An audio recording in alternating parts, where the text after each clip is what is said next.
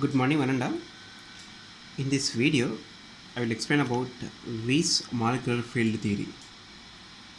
So already we know that in 90 already we discussed in the previous video we discussed about Weis theory of domain structure in the ferromagnetic material. In this video, we will discuss about Weis molecular field theory. So in 1907, Weis proposed molecular field theory to explain qualitatively the salient features of ferromagnetism. He suggested that the field experienced by a given dipole in ferromagnetic material is not only due to the applied magnetic field but also due to the contribution from the neighboring dipoles. So in ferromagnetic materials, the spontaneous magnetization is due to the internal molecular field, and it aligns the magnetic atomic dipoles in the same direction as its neighbors. So according to this Weis molecular field theory, H internal, H means applied H molecular field, internal magnetic field is directly proportional to the intensity of magnetization. H internal is proportional to the capital M, where M is the intensity of magnetization. So H internal is equal to some constant into capital M. This constant nothing but Weis constant. So that resultant nothing but effective magnetic field, which is equal to applied magnetic field plus internal magnetic field, H plus H internal is equal to gamma into M. This is gamma M. But according to Langevins theory, there is a relation between H effective and M, magnetization and effective magnetic field. So M is equal to N mu naught mu M square by 3 kT into H effective. 3 kT into H effective. H effective means from this expression 1, we can substitute this 1 in this expression 2. What we get, M is equal to N mu naught mu M square by 3 kT. H effective means H plus gamma M. So here I open this bracket and I take M as common these two equations. So M 1, so M means gamma into this part. Okay, like this. So M into something is equal to something into H. So M, I multiplied T on both sides. It becomes gamma like this. So if you multiply on both sides T, M into some T minus N mu square by 3K is equal to this constant into H. The susceptibility is a ratio between the magnetization versus H. So here M by H is equal to, so this constant by T minus this constant. So this is, we can represent this is C, this is T, this is theta. So this is a Curie constant, this is a Curie temperature. So xi is equal to C minus T, C by T minus theta. C is a Curie constant, T is a critical temperature, T is the absolute temperature, xi is the susceptibility. This is called Curie-Weiss law. So this is all about Weiss molecular field theory. So from the, you can start from the Weiss molecular field theory and we derive an expression for the Curie-Weiss law. Okay, no? This is all about Curie-Weiss law. Next topic in this here is ferrites. Ferrites. Already we discussed ferrites topic in the first class of magnetic materials. So these ferrites are belongs to the ferrimagnetic materials. Ferrites are belong to the ferrimagnetic materials.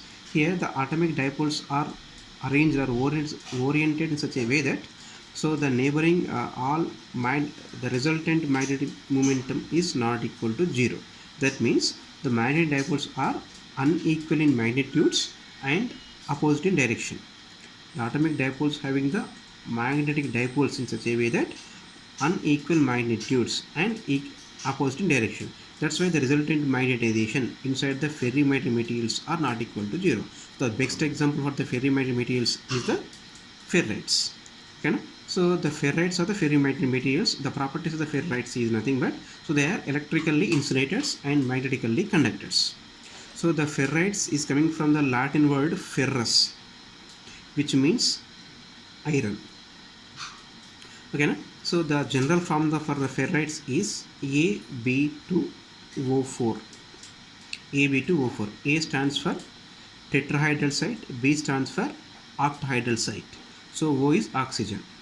So if we consider oxygen site as small spheres, if A site nothing but tetrahedral site means a vacancy created by 4 nearest oxygen ions. They are called tetrahedral site. Similarly, a vacancy created by 6 nearest oxygen ions are called octahedral site. Sorry, A in the AB2O4 the general formula, no? Sorry, A represents the tetrahedral site and B represents the octahedral site. So AB2O4 is a general structure, general formula for the ferrites. Okay, na? So based on the different ions are occupying this AB2O4, there are divalent atoms, divalent ions and trivalent ions. So if suppose based on the occupation of different ions in this ferrite structure, so we can divide the ferrites into three types. The spinel ferrites into three types. You can mention spinel ferrites into three types. They are normal spinel ferrites. Next, inverse spinel ferrites. Next, mixed spinel ferrites. In case of normal spinel ferrites, if divalent atoms are occupied by the tetrahedral site and trivalent atoms are occupied by the octahedral site, they are known as the normal ferrites. Example for this, zinc ferrite and cadmium ferrite. Okay, no? In case of A, zinc. In case of B, iron. So this type also, so divalent metal ion occupied by the tetrahedral site and trivalent occupied by the octahedral site. They are known as normal spinel ferrites.